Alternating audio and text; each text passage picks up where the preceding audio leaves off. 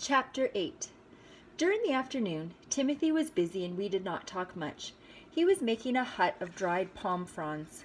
I sat near him under a palm. Now that we were on shore, I again began to think about what had happened to my mother. Somehow, I felt she was safe. I was also sure that a search had been started for us, not fully understanding that a war was on and that all the ships and aircraft were needed to fight the U-boats. I even thought about Henrik van Boven and what a story I would have to tell him when I saw him again. I tried not to think about my eyes, sitting there under the palm, listening to Timothy hum as he made the camp. I trusted him that my sight would return within a few days. I also trusted him that an aircraft would spot our fire pile. In late afternoon he said proudly, "Look, our hut!" I had to remind him again, stupid old man, that I couldn't see, so he took my hands and ran them over the fronds. It was a hut, he said, about 8 feet wide and 6 feet deep, with supports made of wood he'd picked off the beach. The supports were tied together with strong vines that covered the north end of the island. The roof, which sloped back, he said, was about 6 feet off the ground. I could easily stand up in it, but Timothy couldn't. Not quite. Timothy said, "Tomorrow we be gettin' mats to sleep on. We've our own, but tonight we must sleep on de sand. 'Tis soft." I knew he was very proud of the hut. It had taken him only a few hours to build it. "Now," he said, "I must go down to de reef and fetch langosta. We'll roast it, to be true." I became frightened again the minute he said it. I didn't want to be left alone, and I was afraid something might happen to him. "Take me with you, Timothy," I pleaded. "Not on de reef," he answered firmly. "I have not been there before. If 'tis safe, tomorrow I will take you." With that he went down the hill without saying another word. My mother was right, I thought.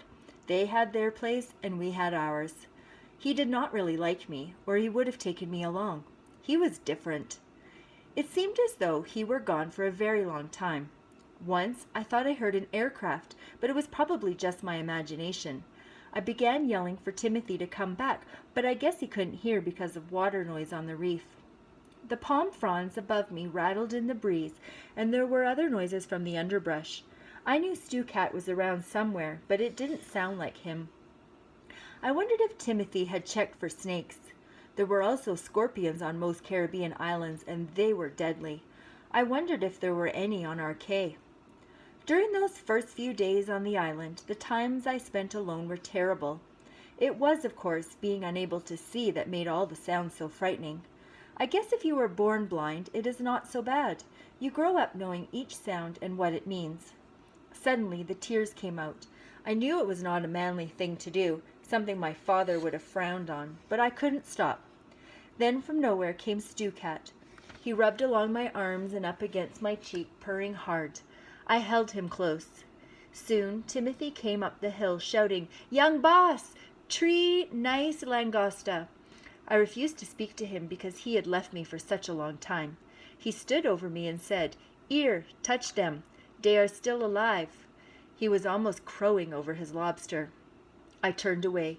Sooner or later Timothy would have to understand that he could not ignore me 1 minute and then treat me as a friend the next. He said softly, "Young boss, be an outrageous man if you like, but 'ere I'm all you got." I didn't answer. He roasted the langosta over the fire, and later we crawled into the hut to spend our first night on the silent island. Timothy seemed very tired and groaned a lot. Before we went to sleep, I asked him, "Tell me the truth, Timothy. How old are you?" He sighed deeply. "More than 70. Even more than 70. He was very old enough to die there. In the morning, Timothy began making the fire pile down on the beach. We had a plan. We'd always keep a small fire smoldering up by the hut, and if an airplane came near, we'd take a piece of burning wood from our small fire to ignite the big one. That way, he said, we could save the few matches that we had. It didn't take him long to stack driftwood over dried palm fronds. Then he said, "Now, young boss, we must say something on the sand." Sometimes it was difficult to understand Timothy. The soft and beautiful West Indian accent and way of speaking weren't always clear. "Say something on the sand?" I asked. "So dey be knowin' we are down here," he explained patiently. "Who? "Da man in the sky, of course." Oh, now I understood. I guess Timothy was standing there looking at me, waiting for me to say something or do something. I heard him say, "Well, young boss." "What do we do now?" I asked.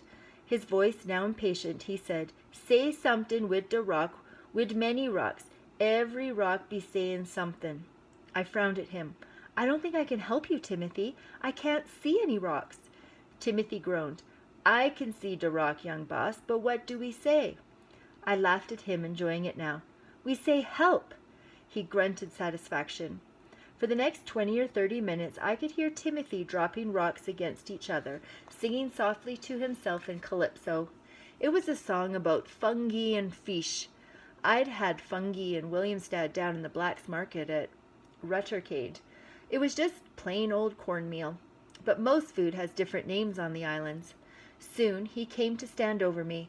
"Now, young boss," he said. He seemed to be waiting. "Yes?" There was a silence until Timothy broke it with anguish. "Wid de rock say help." I looked up in his direction and suddenly understood that Timothy could not spell. He was just too stubborn or too proud to admit it. I nodded and began feeling around the sand for a stick. He asked, "What are you reachin' for?" "A stick to make lines with." He placed one in my hands, and I carefully lettered HELP on the sand while he stood above me watching. He kept murmuring, uh-huh, as if making sure I was spelling it correctly. When I had finished, Timothy said approvingly, "I tell you, young boss, that do say help." Then he happily arranged the rocks on the sand, following my lines. I felt good. I knew how to do something that Timothy couldn't do. He couldn't spell. I felt superior to Timothy that day, but I let him play his little game, pretending not to know that he really couldn't spell.